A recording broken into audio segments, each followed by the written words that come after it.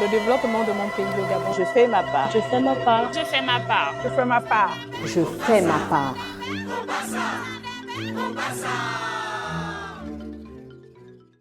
Madame, Monsieur, bienvenue dans Entre elles. C'est le carrefour des femmes qui font bouger les lignes. Je m'en vais vous donner un chiffre. 670 000 femmes décèdent des suites du cancer du sein en 2022. 350 000 femmes sont mortes du cancer du col de l'utérus. Les chiffres font froid dans le dos. C'est une maladie réelle. Et au Gabon, les premières heures de dépistage sont axées sur 2 années précisément. Il s'agit de l'année 1999 et l'année 2000. C'est à ce moment-là que le Gabon se réveille et pense dépistage. Il y a des personnalités qui concourent justement à mettre en place un certain nombre d'initiatives et je m'en vais vous rappeler qu'en 2011, le cancer a été intégré dans la liste des maladies non transmissibles rejoignant l'hypertension artérielle, le diabète. Il y a eu en 2013 le programme Agir contre le cancer qui a été lancé dans la foulée. L'Institut de cancérologie a été mis en place. En 2020, un plan stratégique a été mis en œuvre pour la période allant de 2020 à 2024. Je ne vous dis que ce que vous devez savoir parce qu'il y a avec moi des personnalités qui vont vous donner plus amples informations sur cette question de lutte contre le cancer au Gabon. Quel traitement en 2025? Comment améliorer la prise en charge, mais surtout, comment permettre même à nos parents à l'intérieur du pays de pouvoir accéder aux soins. Autant de questions qui seront débattues avec mes invités qui ne sont autres que des spécialistes de la question. Il y a avec moi des médecins, des chercheurs, un ancien ministre de la République qui, il y a 24 ans, a cru qu'il fallait effectivement pointer du doigt cette maladie, créant ainsi et au passage la première association de lutte contre les cancers féminins. Elle est avec nous, mais je m'en vais vous présenter une personne qui n'est plus à présenter. Permettez la répétition le temps de cette présentation. Le docteur Nathalie Ambunda, qui est gynécologue, obstétricienne, spécialiste en santé publique, maître assistant à l'Université des sciences de la santé, coordonnatrice du programme national de prévention contre les cancers. À elle seule, tout un programme. Merci, docteur, d'être avec nous et bienvenue. Merci. Nous sommes heureux de vous avoir parmi nous. Docteur Bidaï Mambenda Suzanne, épouse Moutinga et cancérologue médicale, elle est également avec nous. Bonjour madame. Il y a le docteur Igaboui Moussadji, épouse Minto, qui est directeur général adjoint de l'Institut de cancérologie de Libreville. Merci. Bienvenue. Capitaine Mpami Edzougou Juste Neige, qui est psychologue, est également des nôtres pour ce parcours d'entre elles. Et puis, je vous l'ai dit à l'entame de mon propos, Yolande Biquet, ce nom vous dit forcément quelque chose parce qu'ancien ministre de la Famille des Sports, fondatrice il y a exactement 24 ans de la première association qui a lutté âprement contre les cancers des femmes au Gabon. Bienvenue, Madame le ministre. Vous êtes aimable. Et Madame Jeanne d'Arc Condès, fondatrice d'Azafac.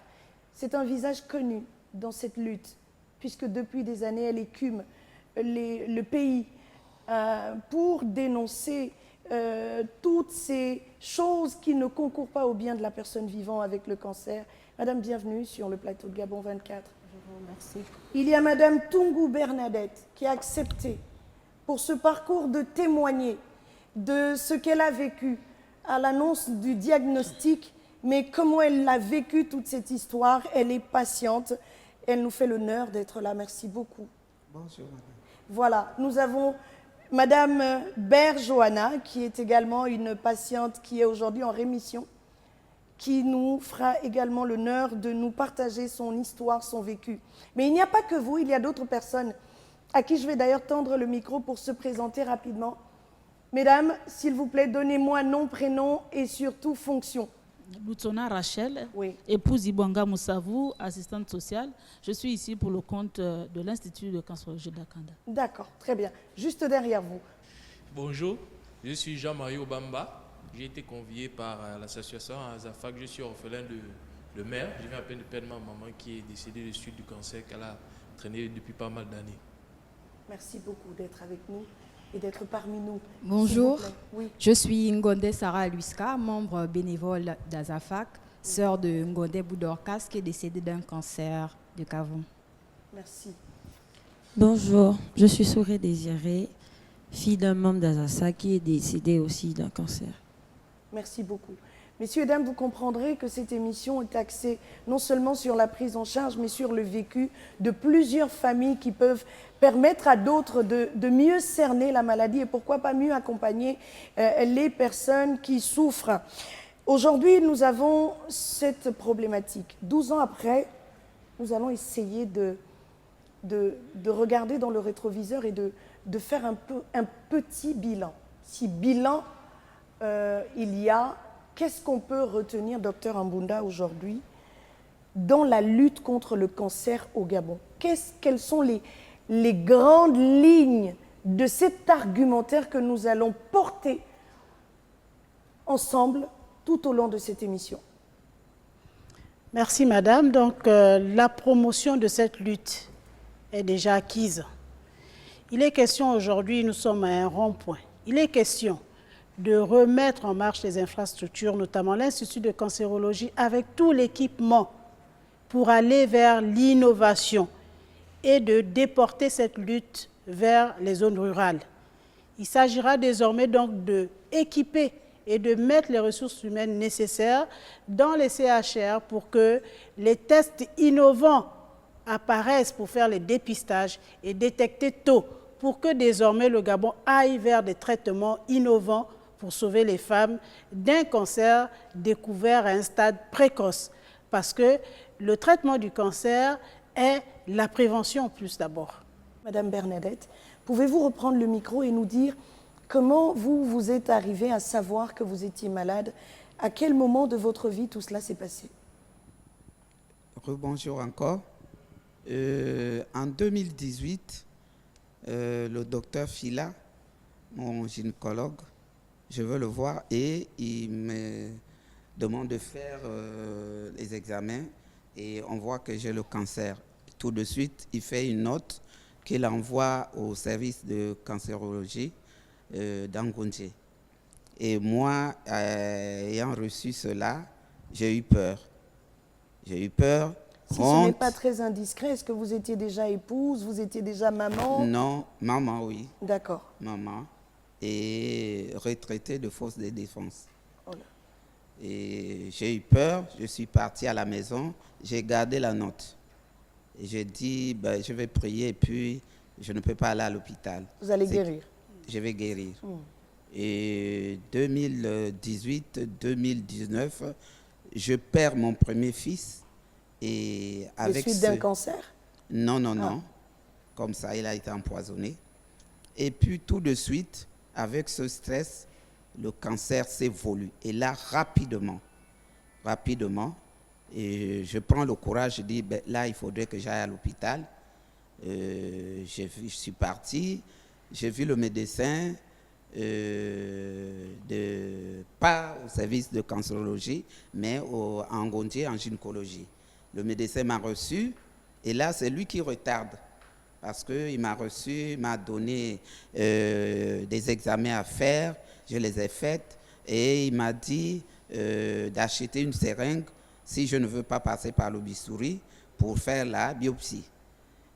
Comme ça, pour savoir de quel cancer il s'agissait. Et je suis parti à la maison, j'ai acheté et je suis revenu. J'ai dit, moi, je préfère la seringue au lieu du bistouri. Et quand je l'ai revu, ils ont tout fait, tous les renseignements qu'il faut, et ils m'ont dit de partir à la maison, qu'on devait me rappeler. Cela a pris près d'1 an. Et le cancer s'est évolué, ça s'est éclaté même, mon sein s'est éclaté. Et je suis reparti. Et on parle d'un cancer du col de l'utérus ou du sein? Cancer du sein droit. D'accord. Et je suis reparti parce que je saignais comme un robinet, ou je peux dire comme une pompe, les genres de tuyaux qu'on lave les voitures. Alors là, j'ai perdu du sang et je suis reparti. Tout de suite, ils étaient obligés de faire la biopsie. Et le dossier, on ne retrouvait pas. Voilà pourquoi eux, ils ne m'appelaient pas. Et c'est en REA, le jour même de la biopsie en REA, qu'on retrouve le dossier qui était en REA. Et on me fait la biopsie. Je sors de là avec un cancer. Et on m'envoie, je suis resté 1 mois en service de gynécologie du CHU d'Angondé parce que je saignais tellement. Et vous avez été pris en charge? Et vous avez été prise en charge ou pas? Oui, ils m'ont pris en charge là. Et le gynécologue a dit, bon, là maintenant, il va falloir qu'on voit au service de cancérologie. Ils ont pris mon dossier, ils ont donné au docteur Bidaï. C'est mon médecin. D'accord. Merci beaucoup pour ce témoignage qui nous aide un petit peu. Il y a une autre personne qui, heureusement, est en rémission. Je pense que vous aussi, tout va bien. Oui, je suis en rémission de 6 mois. Ah, mais quand même. Bravo. Après la chimio, l'ablation du sein et la radiothérapie, tout ça, j'ai fait au Gabon. Et tout ça a été fait au Gabon. Au Gabon. Ça veut dire que nous avons suffisamment de moyens pour prendre en charge un cancer. Madame, s'il vous plaît, derrière, vous également êtes en rémission, mais comment ça s'est passé pour vous brièvement? Alors moi, merci déjà. Le cancer chez moi, ça s'est déclenché très tôt, à contrario de certaines patientes où on voit souvent que c'est à un âge avancé. Moi, j'avais 36 ans.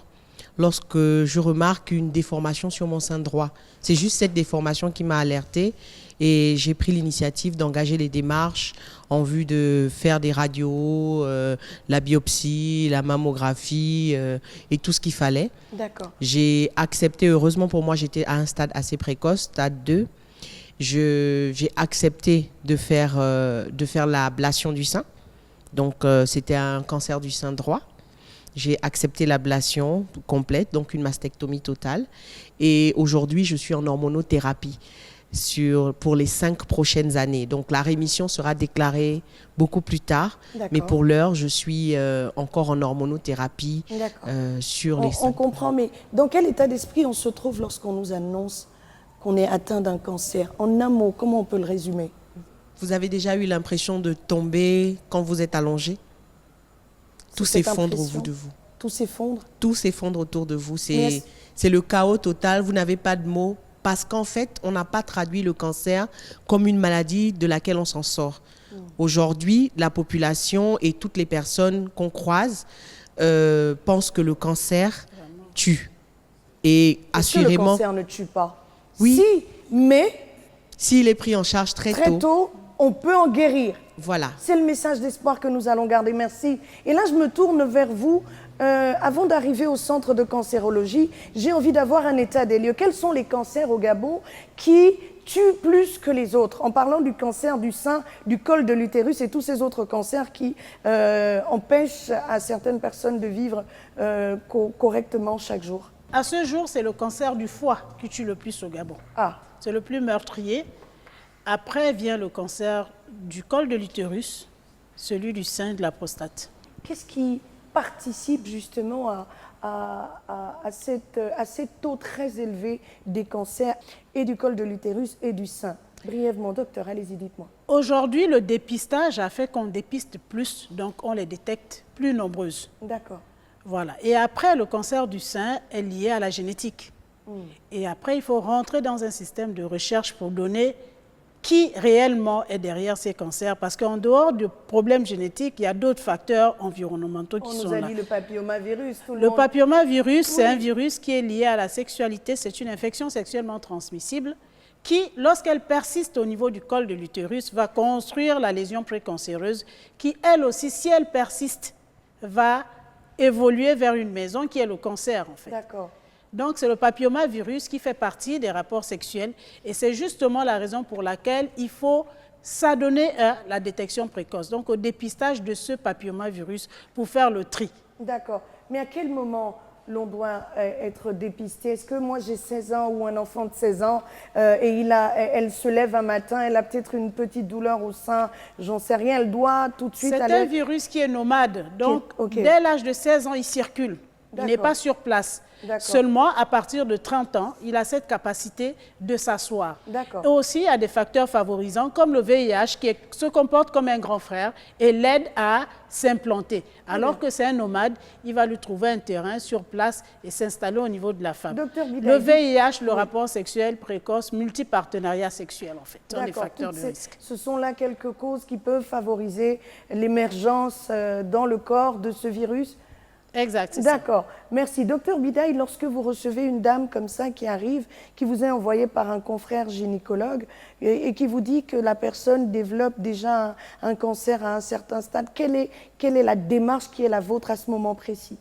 Quand je reçois une patiente qui m'est adressée par un confrère, si le confrère a déjà fait l'annonce, je rentre dans la prise en charge directe, c'est-à-dire qu'il y a des examens que je vais demander pour pouvoir distinguer une maladie localisée d'une maladie, par exemple, métastatique, c'est-à-dire une maladie qui a déjà migré dans les autres organes.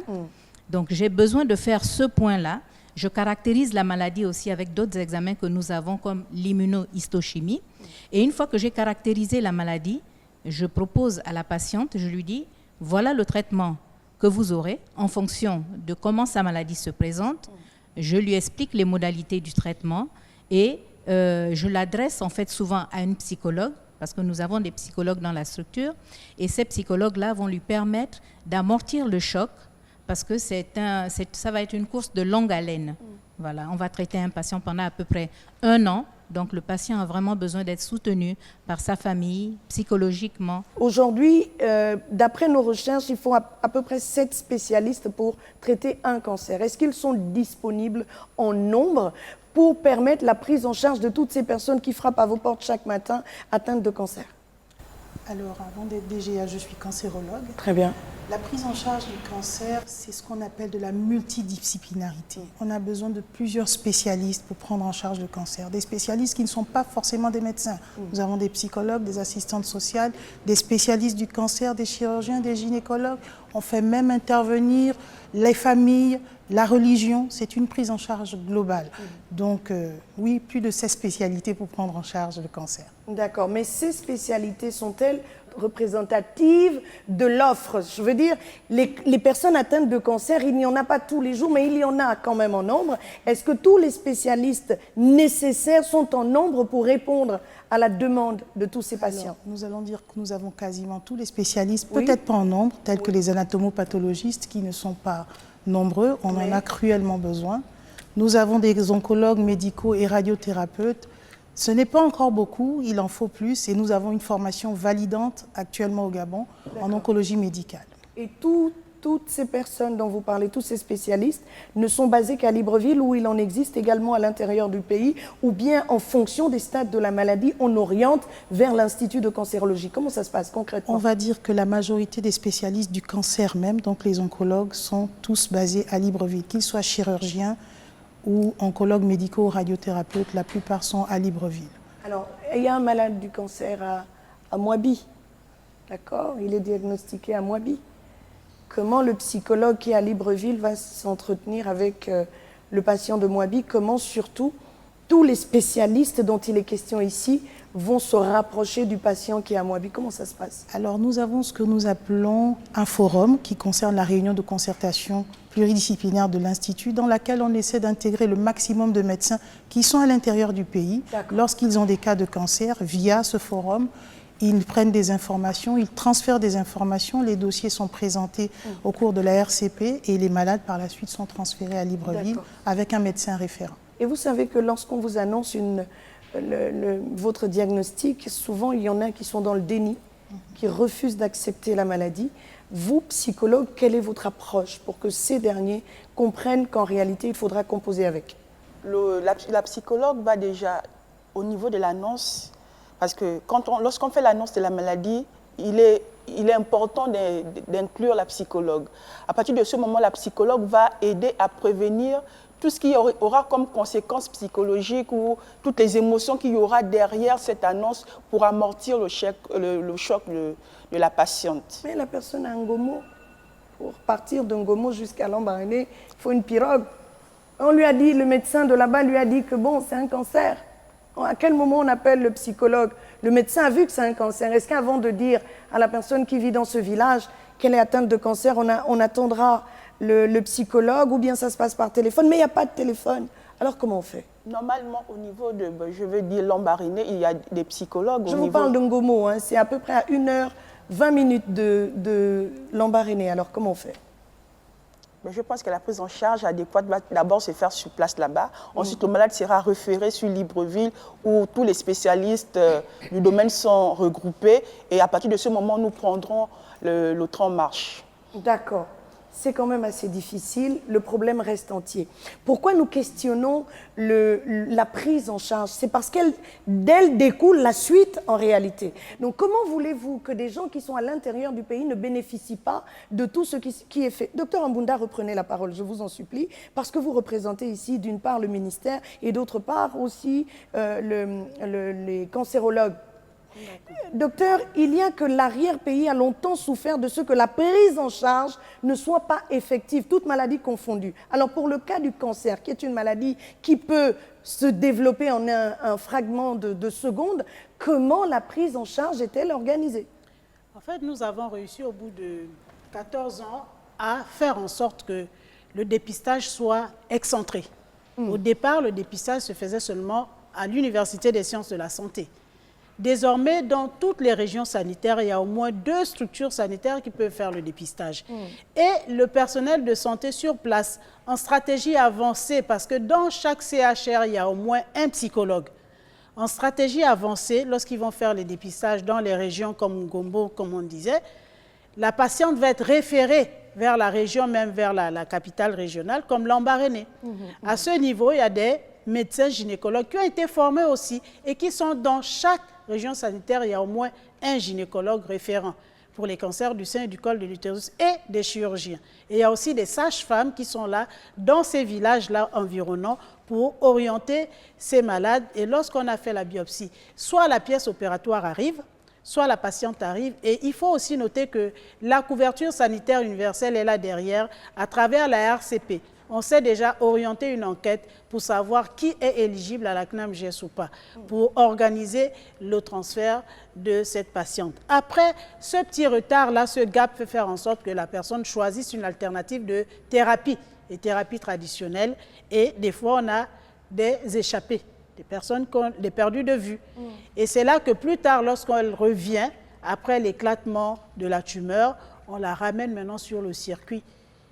Et là, elle vient à l'Institut de cancérologie sur une évidence, parce que le sein éclaté, apparemment, évidemment, à 90% des cas, c'est un cancer.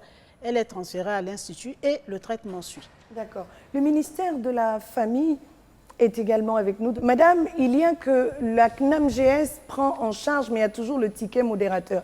Est-ce que pour le cas du cancer, la prise en charge est totale? Lorsque nous avons eu des discussions avec le directeur général de la CNAMGS, il nous a fait comprendre qu'en matière de cancer, la prise en charge est totale. Sauf que je pense qu'il y a beaucoup d'ignorance de la part des populations. Donc, lorsqu'on est déclaré positif à un test de cancer, le mieux est de se rapprocher de la CNAMGS pour connaître déjà des modalités de prise en charge et à quel taux cette prise en charge peut être effectuée. Avant de refermer cette première partie, ne vous inquiétez pas, les associations, nous allons prendre la parole parce que vous jouez un rôle formidable dans l'accompagnement des malades. Mais avant, il fallait qu'on pose quand même le diagnostic. Et celui de la prise en charge est plus qu'important pour la suite de cette discussion. Nous arrivons au centre de cancérologie et nous constatons que beaucoup de malades y vivent souvent dans des conditions extrêmes. Le week-end, par exemple, il n'y a personne pour les nourrir. Si la nourriture arrive, elle arrive à une certaine heure. Ce sont les témoignages que j'ai vus. Comment la prise en charge est organisée. Si le patient vivait à l'intérieur du pays, arrive à l'Institut de cancérologie, comment ça se passe? Alors, le patient qui va arriver de l'intérieur du pays, qui, on va dire, n'a pas de pied-à-terre à Libreville, à ce moment, une enquête est faite via le service social de l'Institut de cancérologie parce que les médecins sont à même de demander un hébergement au sein de la maison d'Alice qui est à proximité. Elle est toujours d'actualité, la maison d'Alice? Elle héberge toujours les pensionnaires de l'intérieur? Les patients atteints du cancer. Très bien. Maintenant, c'est l'enquête menée par l'assistante sociale qui va permettre en collaboration avec la maison d'Alice qui permettra d'intégrer ces patients au sein de la maison d'Alice. Merci beaucoup. On va peut-être permettre à deux personnes, à deux personnes juste de prendre la parole pour nous présenter avant de prendre Madame Biquet qui, elle, il y a 24 ans, a commencé à réfléchir autour de la question. Azafak, parlez-nous de vous, de pourquoi cette lutte acharnée dans la prévention et la lutte contre les cancers féminins. Alors, Azafak est une association qui prend naissance dans une histoire familiale douloureuse, très douloureuse même, à savoir la découverte de façon inopinée de la maladie de ma maman atteinte d'un cancer du col de l'utérus en phase terminale. Et ensuite, son décès dans mes bras. Donc, il y a eu plusieurs événements qui se sont déroulés durant plusieurs années. Et le contexte également dans lequel la découverte s'est faite et le décès de ma maman ont contribué à faire en sorte que je prenne à cœur ce combat. Et donc, mon engagement au sein de l'association vient de ce fait-là. Et remonte à combien de temps? 8 ans déjà. 8 ans que l'association existe. Combien de personnes y sont reçues au quotidien? Combien de personnes composent déjà l'équipe d'Azafak et combien de personnes malades y sont reçues? Quel accompagnement spécifique vous offrez? Déjà par rapport au nombre de personnes, pas pudeur, j'ai souvent du mal à répondre à cette question. S'il vous plaît, répondez. Parce que ce sont des personnes qui peuvent arriver aujourd'hui, être là avec nous et le lendemain nous quitter. Vous voyez ce que je veux dire? Combien de personnes à ce jour? Une trentaine, on va dire. Une trentaine. Et quelle prise en charge? Comment vous les accompagnez? La prise en charge, lorsqu'elles arrivent, soit de manière volontaire ou envoyée par un médecin, parce qu'il faut reconnaître que Azafak est un maillon de la chaîne de prise en charge du patient. On a dit qu'elle est pluridisciplinaire, oui. Voilà. Et donc, quand le patient arrive, la première chose que nous faisons, c'est déjà tout le travail psychologique, essayer de comprendre son histoire, l'entendre sans pour autant la juger, donc l'écoute active. Ensuite, on passe à l'étape où il faut la revaloriser son image. Pour les femmes, quel que soit le cancer, que ce soit le cancer du sein ou celui du col de l'utérus, ce sont des personnes qui sont fragilisées, ce sont des personnes pour qui la maladie, les traitements et tout le reste, la stigmatisation sociale, ce sont des personnes qui sont très fragilisées, qui sont détruites de l'intérieur. Et donc, voilà. Et donc, nous, au sein de l'association, à partir des témoignages et des femmes qui sont déjà passées par là, nous aidons à revaloriser, amener la personne estime d'elle-même. Oui. Nous avons des activités, plusieurs activités, des ateliers. Nous y reviendrons. Voilà. Nous y reviendrons en long et en large. Nous allons prendre la parole, mesdames, dans la seconde partie de cette émission. Vous avez vu, 26 minutes ne suffisent pas pour dire les choses, mais pour poser le débat, oui, parce que nous n'avons pas le droit de ne pas le faire et pour la suite, et pour comprendre comment les choses peuvent s'améliorer à l'avenir, eh bien, il fallait déjà poser cette petite base. Le temps pour moi de raccrocher avec la région se retrouve dans une poignée de secondes. Pour la seconde partie, on parlera cette fois-ci de comment accompagner et surtout des exemples précis de toutes ces associations qui nous ont accompagnés, qui ont accompagné cette lutte 14 ans plus tard. Qu'est-ce que l'on doit retenir? C'est juste dans la seconde partie. Le développement de mon pays, le Gabon. Je fais ma part. Je fais ma part. Je fais ma part. Je fais ma part. Je fais ma part.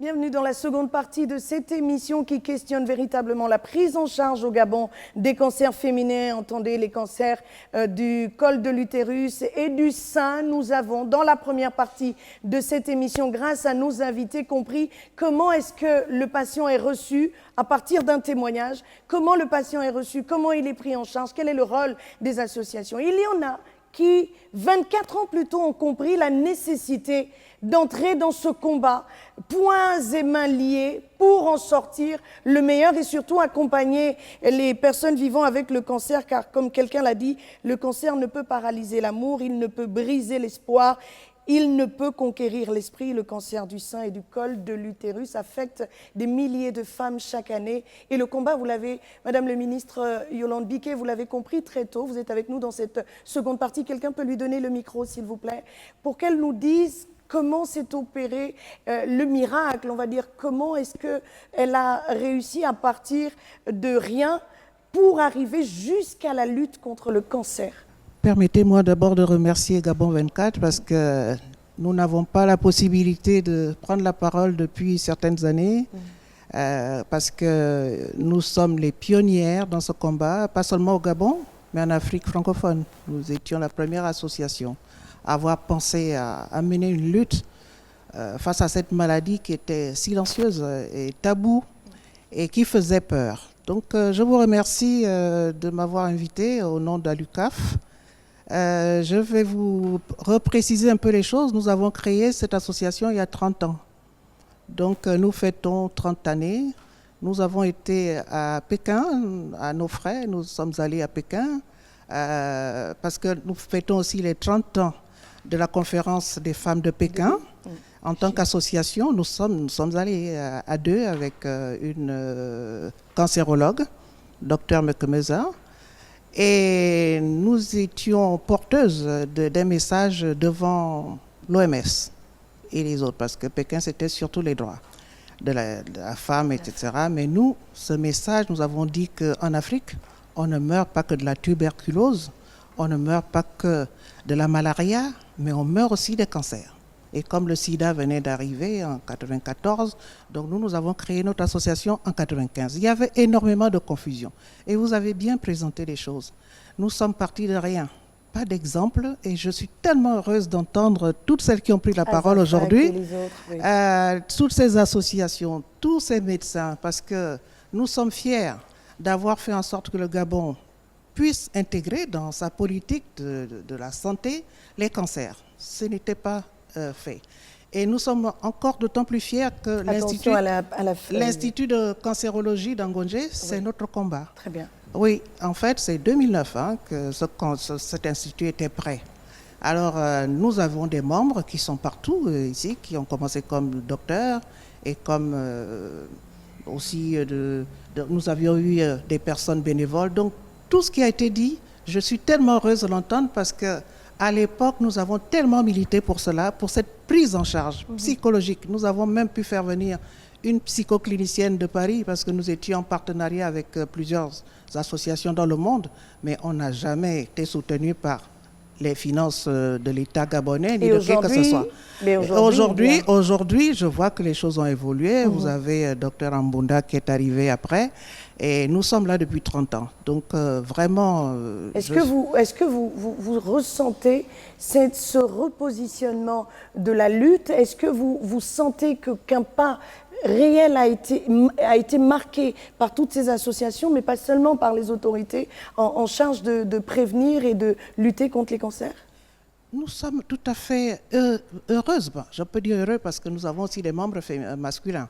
Donc ce combat, vous ne pouvez pas savoir combien de fois je suis heureuse d'entendre, parce qu'il fallait réactualiser aussi tout ce que nous avons fait à l'époque. 30 ans, ce n'est pas hier, c'est pas aujourd'hui. Bon, ça date. Et nous avons servi d'exemple. Donc, ce qui se fait aujourd'hui, c'est tout à fait ce que nous attendions. D'accord. Et nous sommes très heureuses, en tout cas en ce qui me concerne, de savoir que les pouvoirs publics ont mis en place ce que nous avions demandé. Je voudrais dire aussi que nous avions été... J'ai entendu ici qu'il y a rupture de médicaments, mais on a pu le faire. On a pu prendre en charge parce que l'État ne fournissait pas des médicaments à une certaine époque. Nous l'avons fait pendant des années. Nous avons offert le premier mammographe dans un hôpital public au Gabon. On ne le sait pas toujours. Nous le disons aujourd'hui avec fierté. C'est l'hôpital général. Le premier mammographe d'un hôpital public, c'est nous. Nous l'avons offert cadeau avec tout ce qu'il faut. Et donc, nous pouvons dire que le chemin, une partie du chemin a déjà été parcouru. Et je ne peux que me féliciter de savoir que nous avons été entendus en ce qui concerne notre association. Dans la deuxième partie, je voudrais vous dire maintenant quels sont nos futurs combats. S'il vous plaît. Parce que nos futurs combats, nous pensons qu'au niveau de la sensibilisation pour les cancers du sein, cancer de l'utérus, Les dépistages ont commencé plus tôt aussi par rapport à ce que vous avez annoncé, parce que nous avions commencé les premiers dépistages en 97. Donc c'est vous dire que nous avions des personnes qui nous ont offert des kits, des moyens pour le faire. Et on avait de quoi le faire dans certains dispensaires, dans certains hôpitaux. Perspectives? Nos perspectives, à l'heure actuelle, nous voulons maintenant mener un combat dirigé vers les cancers dits environnementaux. Parce que là, c'est toute une affaire, une prévention, une sensibilisation que nous voulons aujourd'hui mener. Et je pense que les autres associations qui sont là vont peut-être nous aider à le mener. Il y a avec nous les enfants de défunts malades. C'est important de les écouter parce qu'une fois que la personne est diagnostiquée malade du cancer, eh bien, il y a tout un environnement, un écosystème qu'il va falloir recréer autour de la personne en termes d'amour, de soutien, d'apport, de prise en charge médicamenteuse, etc. Comment est-ce que vous avez vécu la maladie de vos parents rapidement, mais vraiment en 1 minute top chrono, si on peut se permettre? Bon, s'agissant de votre question, je vais vous répondre de manière brève. C'est pas facile. Ça, je vous assure, c'est pas facile. Parce que chez moi, je vivais uniquement avec ma mère. Depuis que je suis né, je ne me suis jamais séparé de ma maman. Pour ma part, je ne pouvais que l'accompagner dans notre ménage et psychologiquement. Que fait l'État justement pour accompagner toutes ces personnes démunies, mais qui sont malades et qui ont réellement besoin d'une prise en charge, Madame Mbunda? Oui, encore merci. En fait, dans la prise en charge, vous avez les coûts directs et les coûts indirects. C'est-à-dire?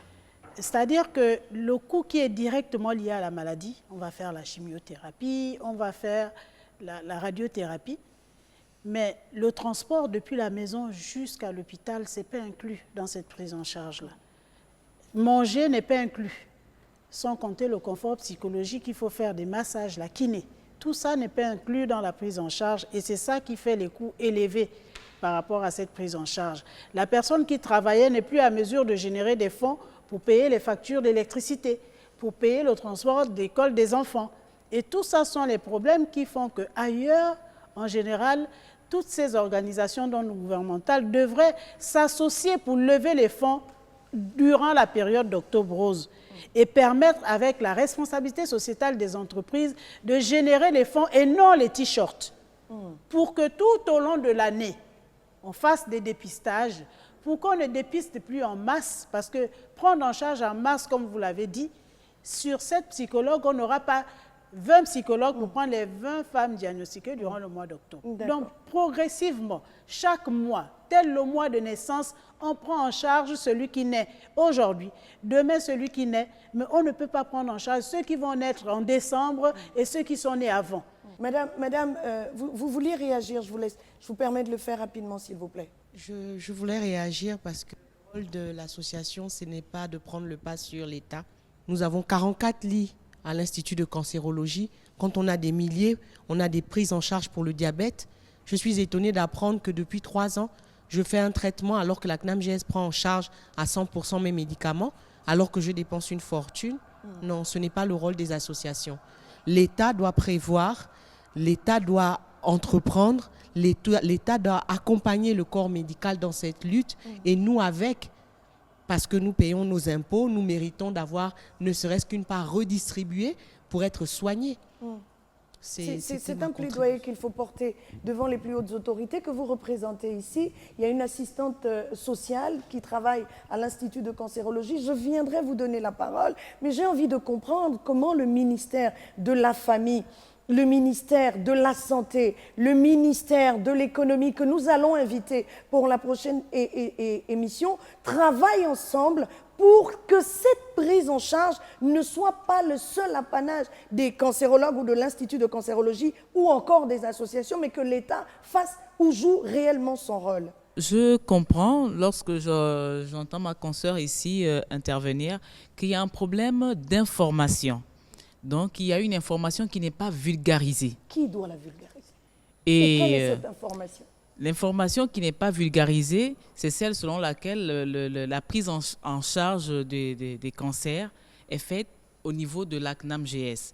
Et aujourd'hui, ce serait bien, j'invite même de fait par ce plateau, les responsables de cette administration à davantage communiquer là-dessus afin que les populations puissent mieux comprendre et puissent mieux connaître leurs avantages lorsqu'elles sont atteintes déjà d'une pathologie qui les fragilise, aussi bien psychologiquement que physiquement. Le fait de savoir qu'elles peuvent avoir une prise en charge peut leur donner un peu plus d'espoir, parce que tout à l'heure, on lie le cancer déjà à la mort de par son coût élevé. Parce que le coût du traitement est très élevé et on se dit si on est pauvre, on est condamné. Alors que derrière, aujourd'hui, tout le monde devrait savoir que lorsqu'on est atteint, le cancer, aujourd'hui, c'est une maladie qui est prise en charge par l'État via la CNAMGS et que tout le monde peut avoir accès aux soins. D'accord, merci. La dame à côté, vous aviez quelque chose à dire, je vous sens très impatiente, dites-moi. Alors, c'est pas faux, très impatiente, parce que déjà, de tout ce qui a été dit, on ne va pas revenir dessus. Je parle vraiment du patient atteint du cancer dans l'annonce simplement de la maladie, dans l'annonce. En réalité, l'annonce est souvent mal faite par les médecins. On ne laisse pas le psychologue faire son travail. Ce qui fait que l'annonce détériorise. Je crois qu'on a pu écouter tout à l'heure quelqu'un qui dire que le cancer, parfois, ce que l'on vit à l'intérieur de l'intrapsychique est plus même que le cancer qui va pouvoir détruire. Une fois qu'on vous annonce que vous avez le cancer, c'est plus le cancer qui vous tue, mais c'est votre pensée. Et aussi, on dit on fait intervenir les parents. Je vous assure que les parents également font la maladie du cancer. Mais il faut le cancer, oui, ils le font. Ils n'ont plus cette capacité de pouvoir effectivement aider le patient. D'où, en fait, c'est important que dans la prise en charge, effectivement, du patient, les parents également soient pris en charge sur le plan émotionnel. Parce qu'en réalité, psychologique. Tout à fait, parce que cet accompagnement vient d'abord booster ce qui a été là. En réalité, en tant qu'être humain, il y a eu des difficultés de la vie. Plus cette difficulté vient effectivement recréer dans un aspect psychiatrique parfois. Parfois, des gens qui deviennent schizophrènes parce qu'ils deviennent malheureusement malades. Excusez-moi, la question n'est pas banale, mais à quoi servent les assistants sociaux? À l'Institut de cancérologie, en tant qu'assistante sociale, j'accompagne tous les patients en difficulté sociale qui me sont référés par les médecins et qui viennent aussi d'eux-mêmes. C'est-à-dire, par exemple, ceux qui reviennent de l'intérieur du pays et qui n'ont pas où vivre. Donc, nous montons le dossier et nous les transférons à la maison d'Alice. Ça, c'est déjà cela. Maintenant, pour ceux qui ont des difficultés, par exemple, pour les examens médicaux, nous les aidons à monter le dossier pour le transférer à la CNAMGS. Concrètement, dans les faits, une personne qui arrive métastasée, comment ça se passe, mais n'a pas de moyens? Quelle prise en charge, quel accompagnement vous lui offrez pour que cette personne puisse, ne serait-ce que le temps qu'il lui reste à vivre, bénéficier de soins adéquats? Bon, pour le patient qui revient de l'intérieur du pays et qui est dans un état alarmant, il est pris en charge directement, il est hospitalisé à l'Institut de cancérologie et c'est pendant qu'il est là qu'on ouvre le dossier et qu'on... Voilà. D'accord, très bien. Tout à l'heure, j'ai entendu que les psychologues ne font pas leur travail. Madame la psychologue, vous ne faites pas votre travail, mais est-ce que vous êtes au courant que vous avez le droit de dénoncer des pratiques qui sont peu orthodoxes et qui ne vous permettent pas de vous déployer en pleine responsabilité? Merci. Nous le faisons auprès de nos médecins parce qu'il faut d'abord parler du circuit du malade. Parce que le malade nous est référé déjà au niveau de l'Institut de cancérologie. Le malade, il est pris en charge, par exemple, il a été découvert au niveau de Jeanne Bory. Jeanne Bory a déjà fait son annonce. Nous ne savons pas si l'annonce a été faite en présence du psychologue. Le malade est référé chez nous à l'Institut où nos médecins vont nous appeler pour dire qu'il y a un nouveau patient. Et nous, on commence notre prise en charge à partir de la première consultation de notre médecin. D'accord. Voilà, c'est comme ça que, en fait, c'est pourquoi je parlais du circuit du malade. Mais en réalité, si le mal est fait, vous intervenez pour faire quoi? Pour amortir le choc. Comment? Nous allons mettre en place beaucoup en fait, on va par exemple mettre en place l'écoute, déjà pour essayer de rassurer le malade, orienter le malade, aider le malade aussi à faire face à la situation qu'il traverse, accepter déjà la maladie. Nous allons mettre en place les groupes de parole parce qu'on va permettre à plusieurs malades de partager leur expérience. C'est pas une vue de l'esprit, ça existe réellement. Oui, il y a des groupes de parole. Oui. Docteur, le malade n'a pas été vu ailleurs. Il est arrivé à l'Institut de cancérologie. C'est vous qui recevez ce malade pour la première fois. et la personne arrive déjà un petit peu touchée dans son mental. Elle arrive devant vous. Comment vous arrivez à lui faire comprendre, déjà après la consultation, comment ça se passe? Déjà à partir de la consultation jusqu'à l'annonce du verdict, comment ça se passe? Quand je reçois un patient, je lui demande, dites-moi, docteur X vous a envoyé vers moi, dites-moi qu'est-ce qu'il vous a dit? Il vous a dit le problème que vous avez pour venir me voir. Donc je lui demande de reformuler. Parce que ce qui se passe, c'est que lors de l'annonce qui peut avoir eu lieu avant moi, le patient est tellement perturbé que des fois, il n'a pas tout compris. Donc, des fois, il dit non, on ne m'a rien dit. Mais le fait qu'il reformule, il y en a qui disent, ah oui, on m'a dit que j'ai un cancer. On m'a dit que j'ai une tumeur.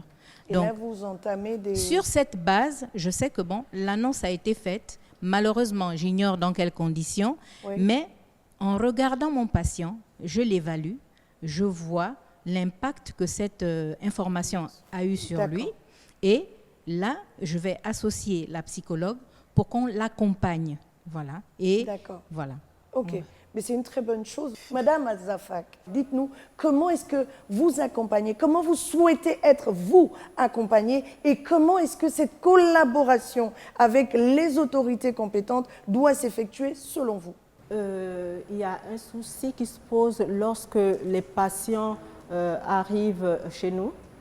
Comme je le disais à l'instant, ce sont des personnes qui sont détruites de l'intérieur. Donc, nous devons les récupérer. Nous faisons beaucoup de groupes de parole, un groupe de parole par mois, un groupe de parole par mois. Et donc, au cours de ce groupe de parole, nous laissons la personne parler, s'exprimer. Et là, pour pouvoir libérer la parole, elle s'exprime parce qu'en face d'elle, elle a des personnes qui vivent la même situation qu'elle. Donc, elle est beaucoup plus à l'aise. Ensuite, lors de nos activités, nous avons un gros souci, c'est celui de la solidarité sociale. Aujourd'hui, les personnes, les bénévoles en tant que tels, bénévoles, il n'y en a pas. Il n'y a pas grand monde qui fasse du bénévolat, gratuitement, on va dire. Bénévolat gratuit, c'est une tautologie. Et donc, du coup, vous vous retrouvez avec toute la charge, à la fois la charge émotionnelle, la charge financière, toute la charge qui entoure la prise en charge du patient. Et ça, nous le faisons, en ce qui me concerne, nous le faisons parce que c'est une mission de vie, une mission de cœur. Et donc, compte tenu de ce fait-là, parce que je fais aussi partie des enfants impactés, s'il vous plaît, des personnes impactées par la maladie du cancer. La preuve, plus de 30 ans plus tard, je pense que même de l'intérieur, je suis toujours un peu détruite. Mais en fait, c'est quelque chose qui ne s'oublie pas. Donc, pour pouvoir mener des activités, ne serait-ce que des activités d'échange, comme on le fait souvent, nous avons besoin d'un local. À l'hôpital, ça fait 8 ans que vous existez, vous n'avez pas pu en avoir. Nous avons un local. Nous avons un local que nous partageons avec d'autres personnes. Voilà. Malheureusement, nous n'avons pas beaucoup de temps. On prendra toute une émission rien que pour vous. Mais là, pour le coup, comment comptez-vous collaborer avec les autorités? Comment comptez-vous les accompagner? Parce que vous êtes une cellule d'accompagnement et d'aide à la décision. Comment vous comptez les accompagner? Là est la question. Nous collaborons déjà avec les autorités, puisque nous travaillons de concert avec le ministère de la Santé et également en collaboration avec les médecins de l'Institut de cancérologie. Très bien. Donc déjà, il y a ce pas-là. Nous sommes en symbiose dans ce sens. Et maintenant, ce que nous souhaitons, nous, c'est pouvoir être, ne serait-ce que subventionnés, même pour la prise en charge matériel des patients. Il y a des patients qui ont même du mal à se rendre en consultation parce qu'elles n'ont pas de quoi prendre le taxi. D'accord, c'est entendu. Merci beaucoup. Juste à côté, madame, dites-nous. Je parlerai beaucoup plus pour ceux qui reviennent de l'intérieur du pays. Je souhaiterais davantage que le transport des patients soit pris en charge lorsqu'ils sont diagnostiqués en province, qu'ils soient pris en charge par le ministère de la Santé, par exemple. Non, par la CNAMGES, Par la comme CNAMGES. la CNAMGES le fait déjà pour Très l'extérieur, bien. l'évacuation Pour l'extérieur. sanitaire voilà, de Très bien. l'extérieur. Que ce qui est fait pour l'extérieur le soit également ici. Oui. Très bien. Et Nous avons bien entendu, Madame le directeur général de la CNAMGES, vous êtes interpellée ici pour la prise en charge des Gabonais qui vivent à l'intérieur du pays et qui ont du mal à se rendre dans la capitale pour y suivre des soins. Docteur. La prise en charge d'un patient implique une chaîne.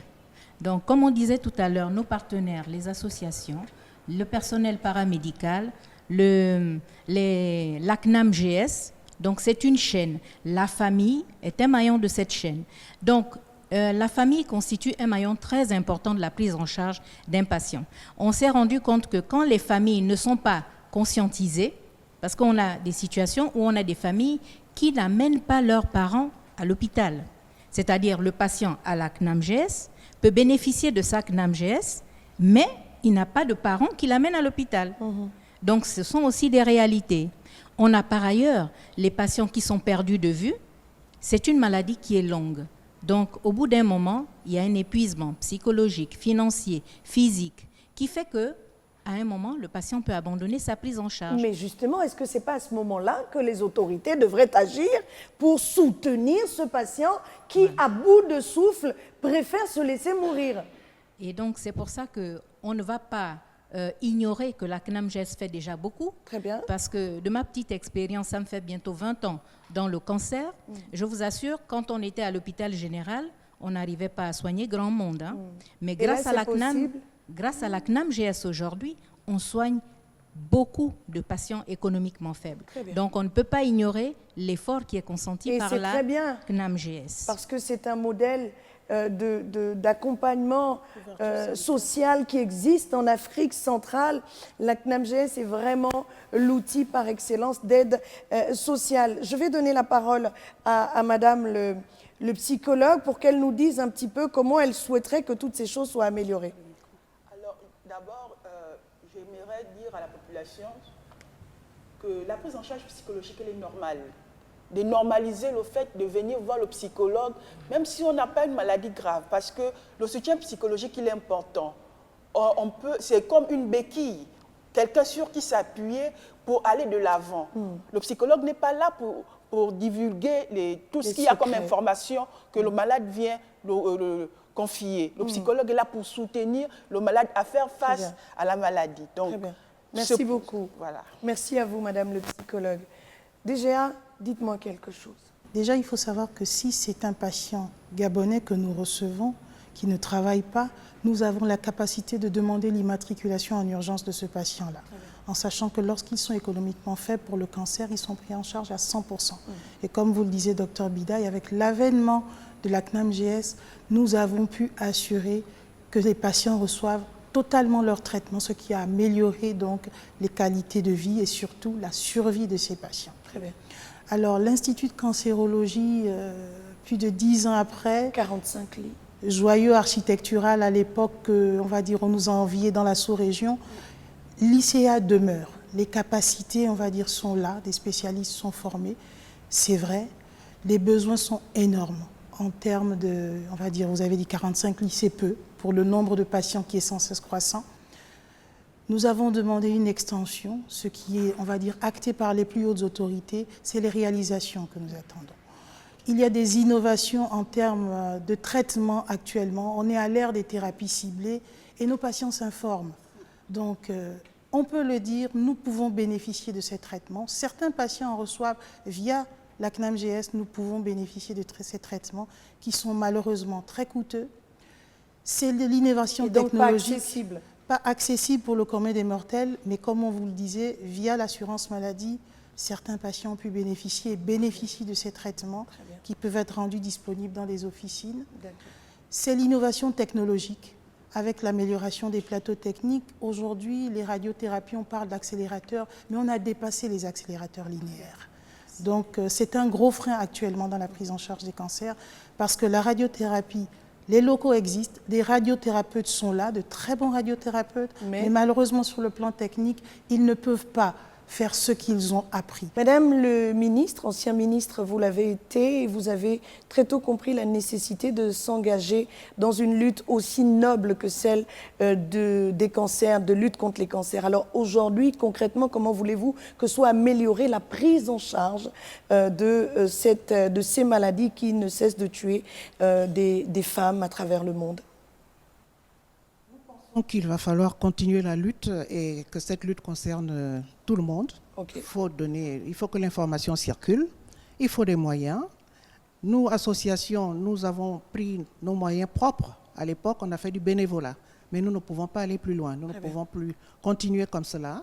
Donc effectivement, il faut mutualiser les énergies. C'est ce que nous voulons, que les scientifiques fassent leur travail, que les associations et surtout que la prise en charge se fasse au niveau des affaires sociales, de la CNAM-GS qui n'existait pas à notre époque. Donc nous, on a fait tout cela en lieu et place de l'État. Donnez-nous les moyens, nous allons continuer. Nous, en ce qui nous concerne, nous voulons nous intéresser aux cancers liés à l'environnement. Très bien, c'est noté. Madame, en guise de mot de la fin, qu'est-ce que l'on retient? On retient ici, nous, l'association AZAFAC, ou les malades que nous sommes, vraiment, on n'était pas informés que la CNAM-GS prenait vraiment en charge. Aujourd'hui que vous l'êtes, est-ce que vous allez porter ce plaidoyer auprès des familles qui ne le savent pas? Nous voulons que la CNAM-GS fasse passer des messages pour que les familles sachent qu'ils n'ont plus à se raccrocher sur eux-mêmes, mais à aller vers la CNAM-GS parce que... Alors, je vais demander à la régie quand même cette seconde pour vous relancer, madame. Est-ce que c'est toujours à la CNAM-GS d'informer ou vous aussi, à un moment donné, d'aller vers cette information, de la chercher et de vous l'approprier pour mieux la diffuser autour de vous? Est-ce que c'est toujours à la CNAM-GS, au ministère de la Santé, au ministère de la Famille de faire? Mais qu'est-ce que vous concrètement faites pour vous-même et pour vos frères et sœurs? Maintenant que nous sommes au courant que vous allez porter le plaidoyer. nous allons porter vraiment ce message, surtout que cette information, surtout que l'Octobre Rose est après, parce que nous ne nous limitons pas seulement pendant Octobre Rose. Très bien, merci. Nous allons au-delà. Merci beaucoup, madame. Avant que le docteur ne reprenne la parole et qu'elle referme définitivement cette émission, que retenir finalement? Souhaitez-vous que les choses s'améliorent? Loin de faire du militantisme, le sida, c'est comme le cancer. Ça mérite d'avoir un programme spécifique avec des actions ciblées. Aux patientes, n'attendez pas Octobre Rose. Prenez soin de votre santé, prenez soin de vous. Et veillez à toujours vous faire dépister et soyez alerte sur toutes les situations. Docteur, nous sommes arrivés au terme, docteur Mbunda. Merci et merci à toutes ces dames qui se sont déplacées pour encourager cette lutte. Le cancer, la chimiothérapie, radiothérapie, on ne distribue pas les médicaments comme on distribue les moustiquaires, comme on distribue les t-shirts. C'est une activité qui est noble. Et ici, malheureusement, c'est toujours les médecins qui sont devant, c'est-à-dire des gens qui sont formés aux soins, à la maladie. Et heureusement, nous avons les ONG qui doivent être impliquées dans la prévention. Et ces ONG ont la possibilité d'aller se former pour savoir comment générer les fonds, comment demander des fonds aux entreprises, parce que finalement, c'est durant Octobre Rose que chaque entreprise appelle juste pour sensibiliser et des fonds sont générés. Alors que ces ONG peuvent ensemble se mettre pour demander aux entreprises tout au long de l'année, chaque mois, sensibiliser à travers une RSE, c'est possible. C'est une très bonne chose. Merci, mesdames. Face à l'épreuve que représente le cancer, il est essentiel de se rappeler une chose fondamentale. Vous n'êtes absolument pas seul. Dans les moments de doute ou de fatigue, rappelez-vous que nous sommes à vos côtés. Nous sommes là pour écouter sans jugement, soutenir sans faiblir et pour célébrer chaque victoire. Cette suite de mots m'a permis de conclure cette émission en interpellant les autorités, le personnel soignant, les médias, les associations, pour que chacun, en ce qui le concerne, prenne l'engagement de véritablement accompagner cette lutte, parce qu'un seul doigt, comme on dit dans mon village, ne lave pas le visage. Octobre, c'est le mois du dépistage. Il vaut mieux prévenir que guérir. Il faut aller vous faire dépister. Des centres de santé sont ouverts, rien que pour vous. Allez-y. Il faut savoir raison garder, connaître son statut vaut mieux que vivre dans l'expectative. Et pour cela, nous vous encourageons fortement à l'être. Nous avons également la Minute Rose sur Gabon 24, cet espace dédié à toutes les personnes qui souhaitent communiquer sur leur action durant ce mois d'octobre. Voilà qui est dit. Je referme cette émission et d'entre elles, nous applaudissons pour tous les efforts fournis et nous applaudissons donc pour ce qui s'est fait aujourd'hui. Merci d'avoir été avec nous. Bon retour chez vous et à très vite sur Gabon 24 où nos programmes se poursuivent. Le développement de mon pays, le Gabon. Je fais ma part. Je fais ma part. Je fais ma part. Je fais ma part. Je fais ma part.